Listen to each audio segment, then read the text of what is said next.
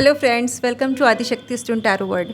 आज मैं आपको घर की सुरक्षा के लिए बहुत ही सुंदर सा उपाय बताने वाली हूँ जिसको आप स्वयं कर सकते हैं। इसके लिए आपको कहीं इधर उधर जाने की, भटकने की भी आवश्यकता नहीं है। देखिए, कई बार ऐसा होता है कि हमें समझ नहीं आता है, हमारे काम अटकने शुरू हो जाते हैं, स्वास्थ्य में हमारी परेशानी आनी शुरू होती हैं, हेल्थ अगर ख़राब हो गई है तो ठीक नहीं हो पाती जल्दी से, और एक के बाद एक नई बीमारी आती चली जाती हैं। प्रोफेशनल लाइफ हो, पर्सनल लाइफ हो, हमारी उसमें ग्रोथ रुक जाती है और अड़चन आने लग जाती हैं।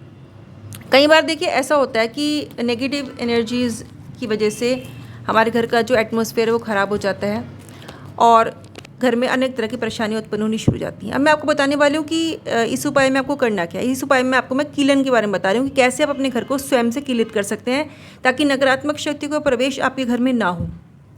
इस उपाय को करने से पहले मैं आपको ये बताना चाहूँगी कि आपको ये उपाय करने से पहले घर का शुद्धिकरण करना आवश्यक है ताकि जो भी नेगेटिव एनर्जीज़ हैं वो आपके घर से बाहर निकल जाएं, रिलीज़ हो जाएं और आपका घर नेगेटिव एनर्जीज़ से सुरक्षित हो जाए, मतलब खाली हो जाए। वहाँ पे कोई किसी प्रकार की कोई ख़राब एनर्जी ना रहे और आप अपनी पूजा पाठ के द्वारा अपने घर की पॉजिटिविटी को बढ़ाते रहें।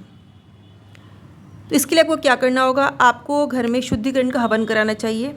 ये एक सजेशन है कि आप किसी योग्य पंडित से पंचांग देखकर, पूछकर, अच्छे से दिन तिथि नक्षत्र वगैरह देख के किसी शुभ समय में आप एक हवन करवा लें घर में शुद्धिकरण का। ऐसा आप कम से कम, अगर ज़्यादा परेशानी है तो हर महीने कराएं, 3 महीने लगातार, महीने में एक बार ज़रूर कराएं, और नहीं तो आप समर्थ नहीं है इतने तो एक बार ही अच्छे से करा सकते हैं। हवन करा लीजिए, शुद्धिकरण हो जाएगा घर का, सारे में धूनी दे दीजिए। उसके बाद आप ये उपाय करें। इस उपाय में आपको क्या क्या चाहिए, आपको चाहिए 4 कीले,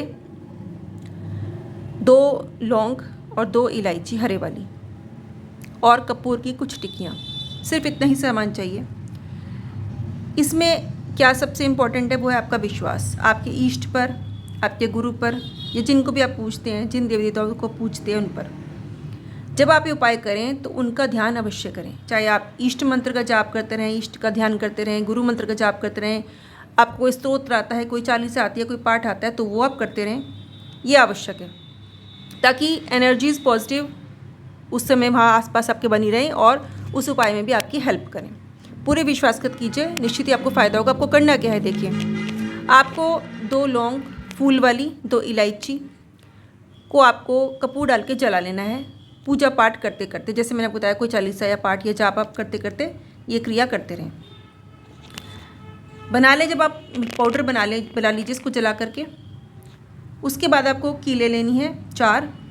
उन कीलों को अच्छे से इस पाउडर में लपेट लेना है, उनके ऊपर छिड़क लेना है कीलों के ऊपर ये पाउडर।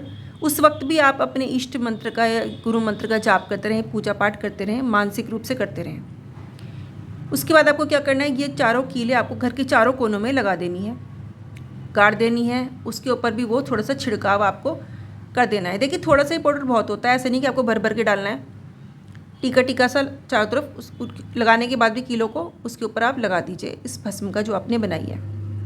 उस वक्त भी आप निरंतर जाप करते रहें। देखिए, जाप पे, पूजा पे मैं कितना जोर दे रही हूँ, करते रहें ताकि एनर्जीज़ आपकी चारों तरफ रहें और उस उपाय में हेल्प करती रहें और सुरक्षा प्रदान करें। जब आप ये चारों कीले लगा लें तो उससे क्या होगा, आपका घर चारों तरफ से कीलित हो जाएगा, कोई भी नेगेटिव एनर्जी प्रवेश नहीं कर पाएगी। पर उससे पहले जो मैंने आपको बताया कि आपको शुद्धिकरण का हवन जरूर करना चाहिए ताकि जो भी एनर्जीज़, खराब एनर्जीज़ हैं वो घर से बाहर निकल जाएं।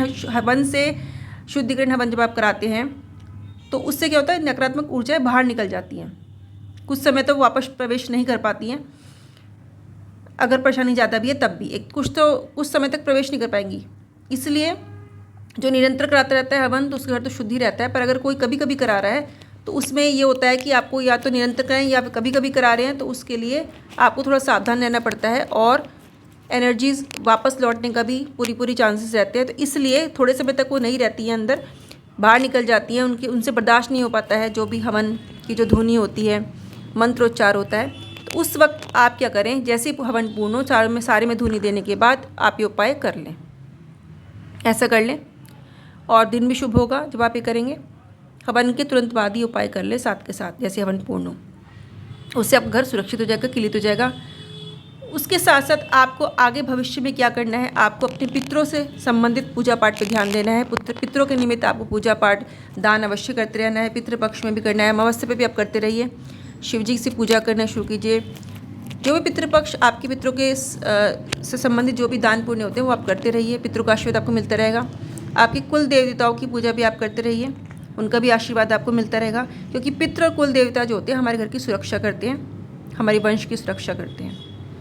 तो ये जो उपाय मैंने आपको बताया, इस उपाय से पहले मैंने आपको जो सावधानी बताई हवन करने के लिए कहा, वो भी आप कीजिए, उपाय कीजिए। और उसके बाद जो आपको ध्यान रखना है पितरों का और कुल देवता को, वो भी आप ध्यान रखिए। ऐसा अगर आप करते हैं तो आपका घर सुरक्षित होगा, कीलित हो जाएगा और नकारात्मक ऊर्जा आपके घर में प्रवेश नहीं कर पाएंगी।